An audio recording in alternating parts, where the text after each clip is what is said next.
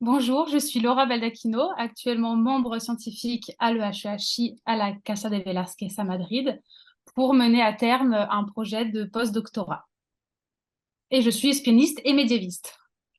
Voilà, ça c'est votre spécialité. Alors avant qu'on en vienne à votre parcours, votre spécialité et cetera, est-ce que vous pouvez, me donner votre titre le titre de votre thèse, me dire sous la direction de qui vous l'avez préparée, en quelle année vous l'avez soutenue et dans quelle université? Ma thèse s'intitule Étude et édition critique du Libro de las Donas, traduction castillane du Libre de les Dones de Francesca Ximenis, chapitre 1 à 100. Et je l'ai soutenue très récemment, le 6 octobre 2023.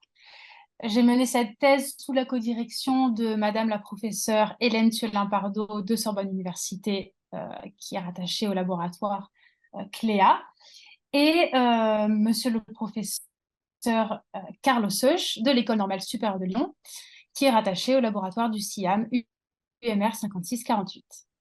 Bon, alors on va voir ce que donne, parce que tout récemment, c'est relatif, il y a des gens que j'ai interviewés, ils avaient soutenu 3 4 jours avant. Donc là, il y a déjà une bonne année qui est passée. Donc on va voir ce que vous avez oublié et ce dont vous vous rappelez.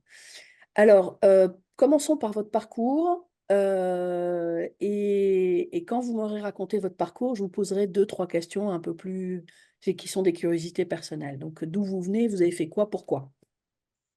Je viens de classe préparatoire, donc j'ai fait une première hypocagne à Lyon et une cagne in cube au lycée La Bruyère à Versailles. Ensuite, j'ai intégré l'École normale supérieure de Lyon sur dossier. J'ai réalisé mon master. Je suis allée à Salamanque, qui était une étape fondamentale où je suis un peu née en tant que médiéviste là-bas. Et puis ensuite, j'ai passé l'agrégation. J'ai obtenu un contrat doctoral. Et puis voilà, je suis à la Casa Velasquez maintenant pour mener à bien un postdoc. Ah, vous avez dit: «Je suis née en tant que médiéviste». Ah, donc ça veut dire qu'il y avait pas le Moyen Âge dans votre biberon. C'est qu'un jour, il y a eu une rencontre avec le Moyen Âge. Pourquoi? Comment? Oui, il y a eu une rencontre. Alors, le biberon, non, mais mon père me racontait des histoires quand j'étais petite fille, juste avant de m'endormir, de chevaliers, de princesses, de châteaux forts, de forêts magiques. Donc, je baignais déjà un peu dans cet imaginaire. Et puis ensuite, le Moyen Âge a disparu de ma vie, enfin, de mes préoccupations en tout cas. Et quand je suis arrivée à l'École normale supérieure de Lyon, on nous a dit de choisir un sujet de mémoire, de trouver un sujet. Et puis, j'ai parlé au professeur Carlos Seuch et c'est là où je me suis dit, bah, c'est le Moyen Âge. Enfin, je savais que je voulais travailler sur l'Espagne et puis, euh, et puis ensuite sur le Moyen Âge. Voilà, puisqu'on est dans la série des pourquoi, une espèce de truc méta, pourquoi l'espagnol? Et l'espagnol, donc ma famille paternelle a joué un rôle dans la partie médiéviste et ma famille maternelle dans le rôle hispanisme. Mmh. Puisque ma mère est d'origine espagnole, ma famille est d'Extrémadure. Et, euh, et voilà, je pense que c'est. Enfin, j'ai passé un bac espagnol et puis ensuite prépa espagnol. Enfin, tout s'est enchaîné de manière tout à fait naturelle. Bon, et prof? Prof n'était pas une vocation, même si je jouais à la maîtresse quand j'étais petite avec mes peluches. Ah Mais oui. c'était pas vraiment une vocation. En fait, je sais pas, je voulais travailler. Je voulais être hispaniste parce Ah. que je pensais être traductrice et puis après travailler peut-être dans les relations internationales, mais en lien avec l'Espagne. Mais c'était pas vraiment une vocation. C'est né au fur et à mesure et j'ai suivi les préceptes de mes professeurs. Pas de regret? Non, aucun regret. Bon. Même s'il me manque un peu parce que ça fait 2 ans que j'ai pas donné cours et les étudiants me manquent beaucoup. Ah ben oui, oui, oui, c'est vrai. Eh oui. Alors, parlez-moi un peu du passage entre les mémoires et le sujet de thèse pour son périmétrage, les choses que vous aviez envie de trouver dans votre thèse. J'ai réalisé un premier mémoire sur un conte qui s'intitulait qui s'intitule toujours El noble cuento del emperador Carlos Maínez, euh, parce que en fait, je ne connaissais pas grand-chose au Moyen Âge et que le monde chevaleresque m'attirait. Enfin, voilà. Et, euh, et ensuite, c'est le professeur Carlos Seuch qui m'a proposé de travailler sur le Libro de las Donas dès mon master, dès mon deuxième mémoire. Oui, Et, euh, et pourquoi l'édition de texte? Parce qu'en fait, Carlos Seuch donnait un cours de paléographie et d'introduction à la critique textuelle. Et quand il nous a présenté les stémata, enfin les arbres généalogiques un peu de manuscrits, j'étais complètement émerveillée. Enfin, je me disais, mais c'est magnifique en fait.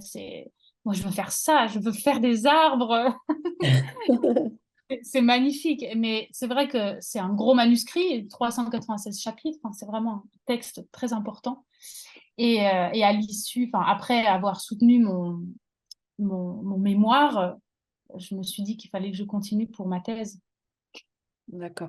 Alors, curiosité, quand vous avez commencé, vous étiez confronté à énormément de choses qui avaient déjà été dites, des analyses même ponctuelles, etc. Ou alors est-ce qu'au contraire, vous étiez face à un désert où il y avait tout à construire autour de ce corpus? J'étais plutôt face à un désert et non un dessert. Je vais pas dire dessert. Mm, Et, le professeur Carlos Seuch m'a présenté le Libro de las Donas comme étant le premier traité sur les femmes mm. écrit en péninsule ibérique et surtout texte inédit. Donc, j'avais tout à faire, consulter les manuscrits, les comparer, choisir le manuscrit que j'allais éditer, euh, le transcrire, l'étudier. En plus, on ne sait rien en fait de sa genèse, de la genèse de la traduction castillane. Il y avait Mm. vraiment beaucoup de choses à faire. En revanche, en 2017, une chercheuse de l'université de Gérone, Eva Izquierdo Molinas, avait en fait déjà édité les 100 premiers chapitres de la version catalane et c'était vraiment fondamental pour moi pour mener à bien l'édition du Livre de las Donas, de pouvoir accéder à cette édition. C'est précisément pour ça que votre corpus, vous avez pris de 1 à 100. C'est parce qu'il existait déjà ce travail préalable. Entre autres, oui, il y a quand même une logique puisque le Libro de las Donas se divise en 5 traités. Donc, les premières parties sur les fillettes, ensuite les jeunes filles, les femmes Ouais. mariées, les veuves et les religieuses. Et la partie sur les religieuses, qui traite en fait plutôt de la confession et de la pénitence, occupe les 2 tiers du traité. Et il y a vraiment une scission après le traité sur les veuves et le traité sur les religieuses. Donc c'était assez logique et puis pour des questions de faisabilité de restreindre aux 100 premiers chapitres.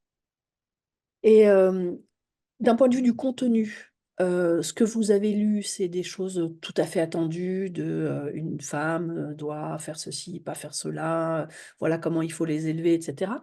Ou vous avez trouvé des choses, bah, justement plus surprenantes? Euh, un peu des deux. Bon, alors évidemment, la première fois que j'ai lu le Livre de las Donas, tout me semblait incroyable. Puis après, en lisant d'autres traités, je me suis aperçue que finalement, c'était des choses qui étaient assez courantes. Mais la grande caractéristique peut-être du Livre de las Donas, c'est qu'il offre plein d'informations sur le contexte de l'époque. Mmh. Quand il parle, par exemple, de ce qu'il faut manger, c'est très détaillé.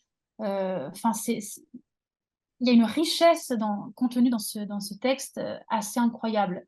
Et même d'un point de vue des autorités, toutes les autorités qui convoquent, il y a plein d'exemples, il y a plein de fables. Enfin, le, le texte est vraiment dynamique. Enfin, on est vraiment plongé Ouais, dedans c'est ça. et ouais. C'est pas juste un objet qui vous a intéressé d'un point de vue linguistique, quoi? Non, non, non. Ouais. C'est le Ah bah, alors vous texte. avez dit, ils disent qu'il faut manger quoi? Alors ça, c'est tous les préceptes.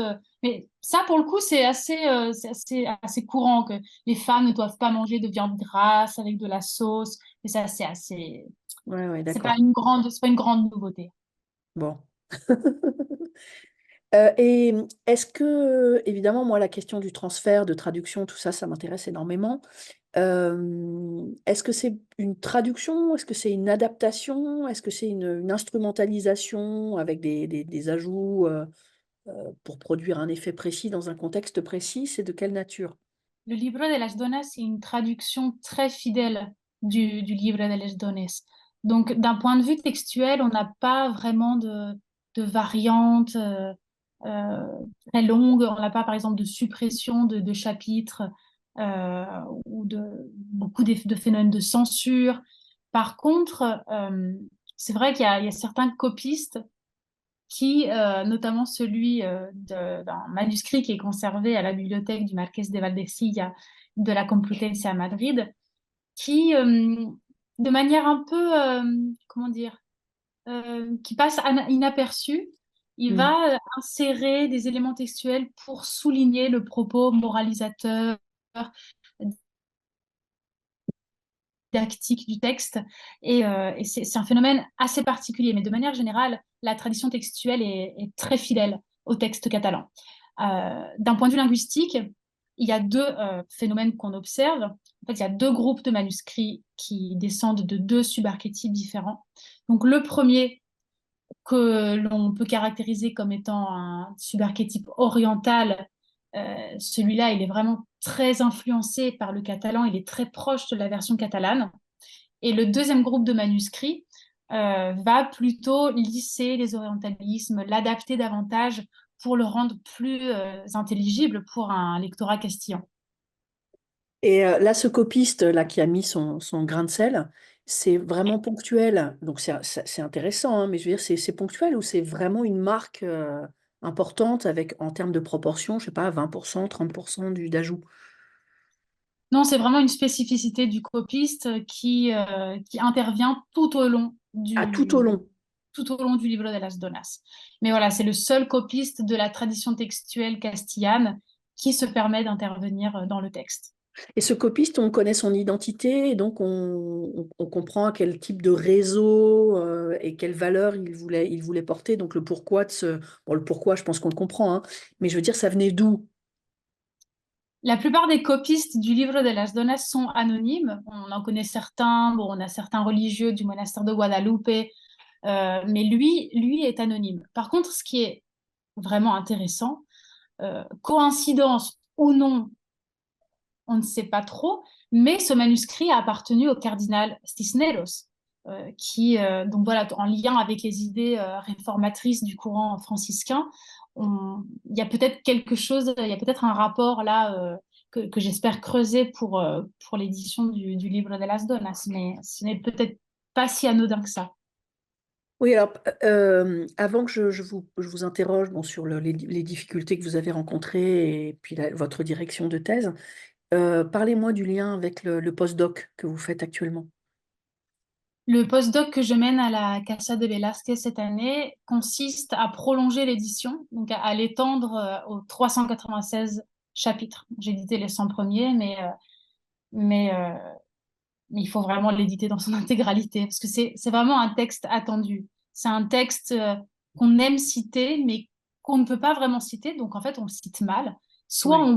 on veut se référer au Libro de las Donas, mais on cite le Libre de las Donas, ou pire encore, on cite le Carro de las Donas. Le Carro de las Donas, c'est une version fortement remaniée du Libro de las Donas castillan. Ah oui, Mais d'accord. c'est une version de 1552 qui a été imprimée pour la sœur de Charles Quint. Enfin, c'est vraiment, on peut dire que c'est un autre texte, qu'il y a une autre identité textuelle. Et donc, les chercheurs ont besoin de l'édition du Livre de las Donas. Mmh. Alors, je sais que vous, les médiévistes, vous organisez vos thèses, enfin, il y a tous des passages obligés, hein. Donc vous, concrètement, votre thèse, elle a combien de parties et ça se déploie comment? De manière assez logique. Enfin, tous les éditeurs de textes conçoivent normalement leur édition sous la forme de deux parties. Donc, une première partie qui comprend donc étude codicologique des manuscrits, étude du contexte de production de ces copies, la genèse, l'étude de la circulation, de la réception, et une deuxième partie qui comprend l'édition. Donc, l'édition, ce n'est pas simplement le fait de transcrire un texte, parce que sinon ce serait comme un Mmh. facsimilé. On a l'édition, la paracritique, qui peut être plus ou moins exhaustif, Et ensuite, toute une série d'outils fondamentaux pour faciliter la lecture, comme les index, le glossaire, etc. Et il y a une conclusion? Et il y a une conclusion, mais en fait, je vais vous dévoiler quelque chose. Euh, Pas longtemps avant de déposer ma thèse, je n'avais pas de conclusion. Ok. Ça, en fait, terminer sur l'édition et sur les index, je sais pas pourquoi, j'ai oublié de faire ma conclusion et heureusement, mes directeurs m'ont dit attention, attention, la conclusion. Et c'est vrai, je me suis dit mais oui, oui, oui. Alors, qu'est-ce qu'on dit dans une conclusion d'une édition? En réalité, la conclusion porte surtout sur l'étude. Ah, d'accord. En fait, euh, la problématique est surtout, apparaît surtout dans l'étude. Mm. Pourquoi? Essayer de comprendre la filiation textuelle. Bien sûr. Voilà. D'accord. Donc, sur les circulations, etc., quoi. Mm. Oui.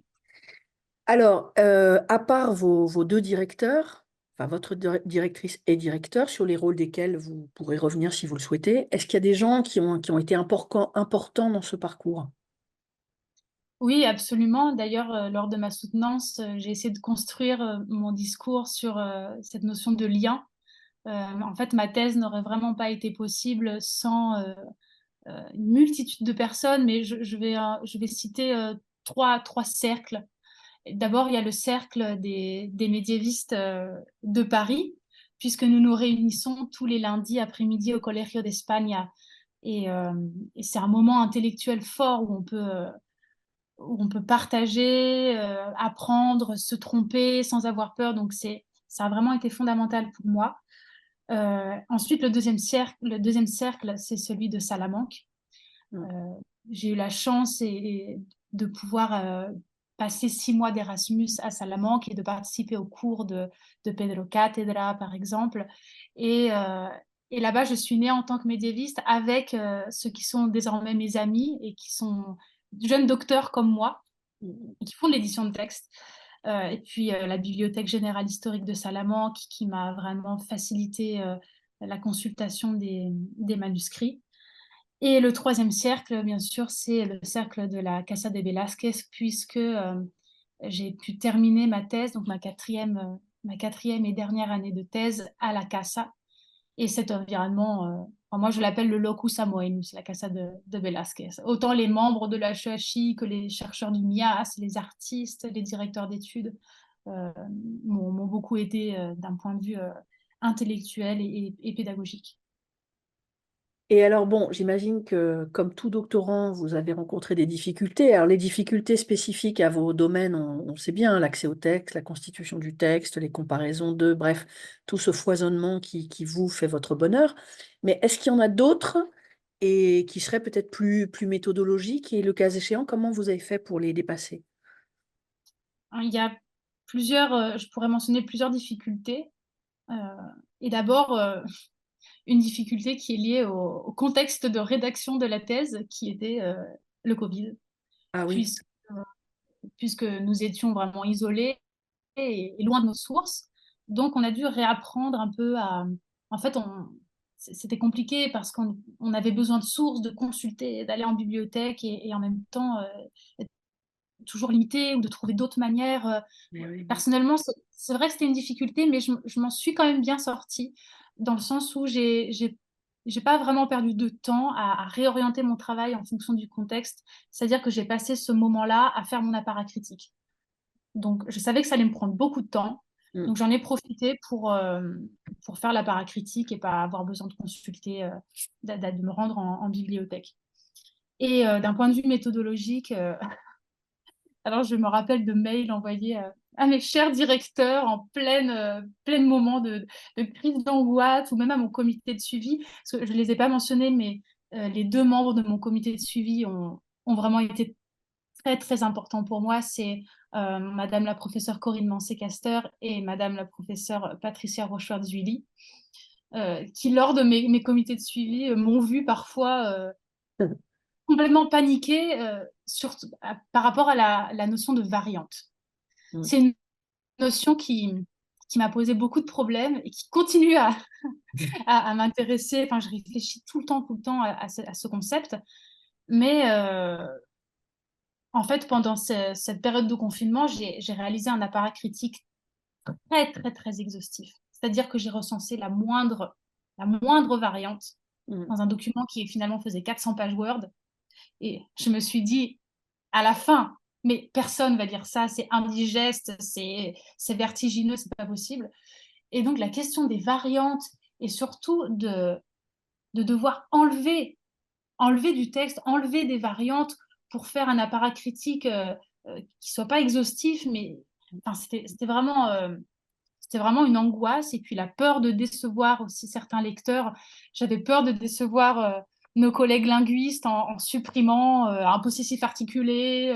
Enfin, voilà, des détails qui sont pas importants pour tout le monde, mais qui peuvent être fondamentaux pour pour certains lecteurs. Donc ça, c'était vraiment une difficulté.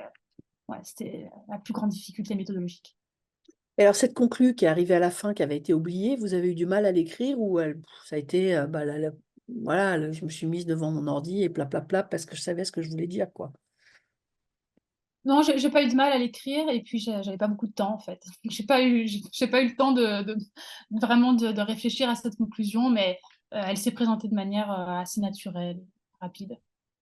OK, bon, un jour vient la soutenance. Donc commencez par nous dire qui étaient les professeurs qui composaient le jury. Donc dans mon jury, j'ai eu l'honneur d'avoir Hugo Oscar Bizzarri, professeur des universités à l'Université de Fribourg, Marina Mestre Saragossa, professeure des universités à l'Université Lyon 3, qui avait été mon enseignante et qui avait été dans mon jury de master, ou de mémoire, de deuxième mémoire. Corinne Mancé-Castor, professeure des universités de Sorbonne Université, qui avait suivi donc toutes mes angoisses et m'avait rassurée plusieurs moments de ma thèse. Et comme présidente, Madame Patricia Rochard-Zueli, professeure des universités de l'Université d'Artois. Et Quel mes sou directrices. Évidemment et vos directrices, bien sûr. Quel souvenir est-ce que vous gardez? Alors je ne vais pas dire de la soutenance seulement, je vais dire de la journée parce que souvent, on a des alors ça peut être ponctuel ou des choses complètement anodines ou au contraire importantes. C'est un ensemble en fait de voilà, donc est-ce qu'il y a des souvenirs avant, pendant, après qui restent marquants pour vous? Oui, pour moi, la soutenance était un des moments les plus émouvants de ma vie, en fait, pas seulement de mon parcours académique. D'ailleurs, j'avais préparé, je ne l'ai pas ici, j'avais préparé des faire-part, comme un mariage, en fait, à envoyer à ma famille, à mes collègues, euh, pour annoncer la tenue La de cette naissance? conférence de thèse. Et puis je l'avais fait couvrir aussi. Donc c'était un moment très, très émouvant. Et puis en fait, les professeurs qui étaient à mon jury, enfin, c'est des personnes que j'admire tellement, tellement d'un point de vue intellectuel, humain. Enfin, ce sont mes modèles. Donc être tout d'un coup devant tous mes modèles, c'était un peu vertigineux, mais c'était ouais, c'est un moment privilégié où on peut travailler, où on peut réfléchir encore à notre sujet de thèse, parce qu'en fait, on continue. C'est pas juste l'aboutissement, c'est plutôt une transition. Et ouais, c'était magique. Vous avez pleuré? J'ai eu les larmes aux yeux et ma directrice de thèse aussi, puisqu'en fait, j'étais sa première doctorante à soutenir. Donc, moment très émouvant aussi pour elle. Et alors le lendemain matin, quand vous vous êtes réveillé, est-ce que vous vous êtes dit, «Ah zut, il faut que je me dépêche de me mettre au travail, à ma thèse» ou et après: «Ah non, c'est vrai, ça y est, je l'ai soutenue», ou alors est-ce que, bon, vous aviez déjà tourné la page? Alors, pendant ma soutenance, on m'a définie de deux manières, d'hyperactive, de scientifique hyperactive et de boulimique intellectuelle.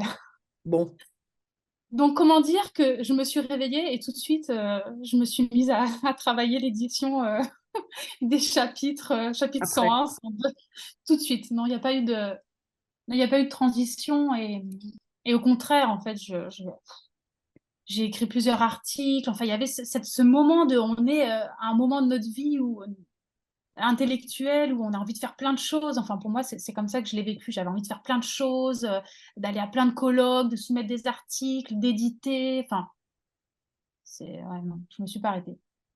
Et puisque vous dites alors boulimique, hyperactive et tout, vous avez été une obsessionnelle de la thèse, genre, j'en rêve, je suis dans une réunion familiale, j'ai l'œil vitreux parce que, pendant que la conversation se déroule, moi je pense à ma thèse? Ah, complètement. D'accord. Complètement. Et ça l'était déjà en master. Quand j'étais à Salamanque, je résidais dans une sorte de, pas d'auberge, mais on peut dire une auberge enfin, chez une famille. Et tous les jours, je me réveillais, je leur racontais mes rêves. Et moi, je rêvais de pas de la thèse, mais vraiment du livro de las donas. Ah Donc, oui. je transformais le texte en film. Puis ça continue, hein, ça continue. Bon! Alors alors la question d'après, bah, elle est je vais vous la poser que partiellement, parce que j'allais vous dire dans quelle mesure cette thèse-là que vous avez soutenue depuis un peu plus d'un an, elle continue, d'influencer votre travail de chercheuse, bah, ça va de soi. Et votre travail d'enseignante, bah, là, la question se pose pas parce que vous n'avez pas d'enseignement, mais est-ce que dans quelle mesure est-ce que vous avez l'impression que c'est quelque chose qui, continuera? Alors c'est difficile à anticiper, ma question est un peu bizarre, hein, mais que c'est depuis ce travail de thèse-là que vous allez concevoir votre façon d'être prof, votre façon d'être chercheuse? Ou est-ce que vous vivez ça alors pour vis-à-vis de l'enseignement, bah, ça c'est ma parenthèse, c'est mon monde à moi de la recherche et parallèlement, à part, il y a mon rôle de prof et puis pareil la thèse, bah, dans ma vie de chercheuse, c'était, un passage obligé, un rite, un machin, puis ma recherche commence maintenant. Je pense que la thèse m'a vraiment définie en tant que chercheuse. C'est-à-dire qu'avant, je me considérais comme hispaniste d'abord, ensuite médiéviste, et maintenant éditrice de textes anciens. Et c'est comme ça qu'on me définit aussi. Et, euh, et puis, l'enseignement et la recherche ne font qu'un. Enfin, déjà, quand j'étais à Sorbonne Université et que je donnais cours, euh, la thèse était toujours là. Enfin, c'est difficile à expliquer, mais je, c'était ma motivation en fait pour enseigner. C'était vraiment partager ce que je fais, partager ma passion pour l'édition de textes auprès des étudiants. Mais ça pouvait être dans un cours d'histoire où à un moment donné, on explique un mot et à Mmh. partir de ce mot, on explique ce qu'est une variante et hop, on enchaîne. Donc les deux ouais, il y a vraiment une osmose entre l'édition de texte et l'enseignement. En fait, l'édition de texte, on s'adresse à un lecteur, on transmet quelque chose pour quelqu'un. L'enseignement, c'est exactement pareil. On transmet quelque chose pour quelqu'un et l'édition est orientée en fonction des lecteurs. Et l'enseignement, c'est pareil. On fait nos cours en fonction des étudiants. Enfin, pour moi, les deux ne font qu'un. Alors, cette question, j'aurais pu parfaitement vous la poser, donc ne le prenez pas personnellement à si vous étiez spécialiste de la littérature latino-américaine. Ça s'enseigne comment le Moyen Âge à des étudiants de maintenant? Euh, Ça s'enseigne à partir des textes, déjà, à partir des textes en castillan médiéval, Mmh. en catalan médiéval, et pas à partir forcément de... On peut proposer une modernisation du texte à côté, mais il faut vraiment qu'il y ait une immersion euh, totale, linguistique, et textuelle dans le Moyen Âge. Et on a la chance ensuite de pouvoir, d'avoir plein de supports, de formats variés pour leur transmettre ce goût pour le Moyen Âge. Il y a des films, des séries, des Mmh. podcasts. On a Passion médiéviste, Passion moderniste, euh, des, des, des livres qui s'adressent au grand public. En fait, c'est assez facile. C'est assez facile de transmettre ce goût pour le Moyen Âge. Ne serait-ce qu'en passant par l'étape, les châteaux, les princesses, les chevaliers, tout ça, quoi. Oui, alors d'ailleurs, quand je faisais cours à Sorbonne Université, le premier cours, je demandais à chacun de me donner un mot pour définir le Moyen Âge. Donc, je faisais un grand nuage au tableau et puis après, je reliais. Et je reposais la même question à la fin de l'année et ça avait changé parce qu'au début, on avait violence, mort, sang, peste, château. Et puis après, on avait des choses beaucoup Élaboré, plus intéressantes. Ouais. c'est ça. Alors, la question d'après, là aussi, il faut l'adapter vu ce que vous faites là, avec votre post-doctorat. La question, théoriquement, c'est avez-vous relu votre thèse? Donc là, moi, elle ne m'intéresse pas comme ça, mais en revanche, qu'est-ce que vous faites de votre thèse en rapport avec le postdoc? Et plutôt, en fait, quel regard vous avez sur votre thèse à mesure que vous avancez dans le postdoc? C'est-à-dire qu'est-ce que déjà, vous vous métamorphosez progressivement et que vous regardez ça un peu avec un air, avec un regard étranger en vous disant, mais qui est cette femme qui a écrit cette thèse à ma place? Ou alors est-ce que vous êtes encore en adéquation, au même niveau? J'ai un regard très critique et assez distant avec, avec ma thèse, mais pas avec mon édition. Je reste, euh, je la consulte pour voir ce que je considérais, par exemple, on revient à cette question de la variance, mais parce que c'est en fait c'est une notion si subjective Oui. que si j'édite ce texte dans 40 ans, ce ne sera pas la même édition. Et même dans 3 ans, à mon avis, mon critère de variante significative aura un peu changé. Donc, j'aime avoir un regard critique sur ma propre méthodologie et me dire qu'est-ce qui m'a intéressé, parce que la paracritique, en fait, je l'ai fait il y a 2 ans déjà. Mm. Mais j'aime regarder et voir qu'est-ce que moi je considérais comme une variante significative il y a 2 ans. Et comme j'ai lu beaucoup plus d'ouvrages maintenant, bah déjà, il y a des changements. Des fois, je me dis, oh bon, j'aurais peut-être pas dû mettre ça. Mm. Et, euh, mais je la consulte souvent, hein. Bon, après, c'est vrai que j'ai laissé tous mes post-it de soutenance. Je pense que, je pense que je les laisserai. Je pense que je les laisserai.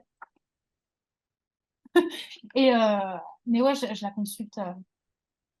la consulte assez souvent avec un regard assez critique. Enfin, avec la distance, ouais. Elle est où la thèse dans votre bureau? Elle est sur la table, elle est derrière, elle est sous un canapé, elle est quoi? Elle est où? Elle est sur mon bureau. Ok.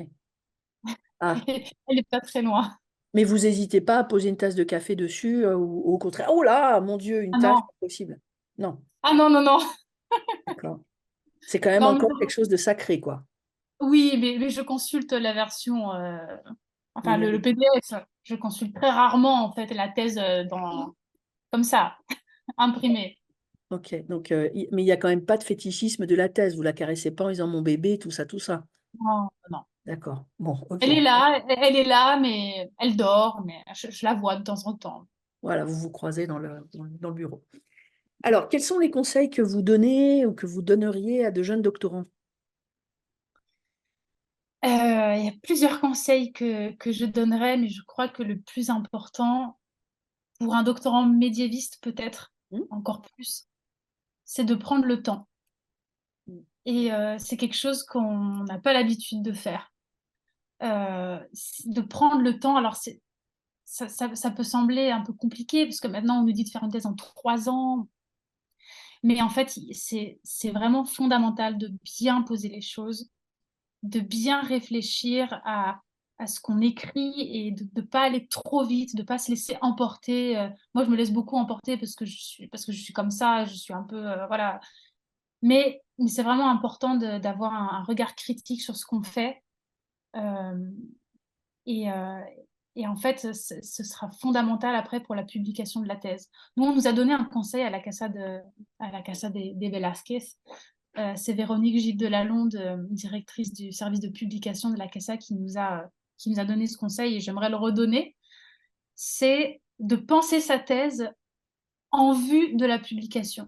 Donc déjà, de vraiment bien la penser, bien la concevoir, parce qu'après, quand on doit republier sa thèse, c'est pas quelque chose de facile, de très digeste.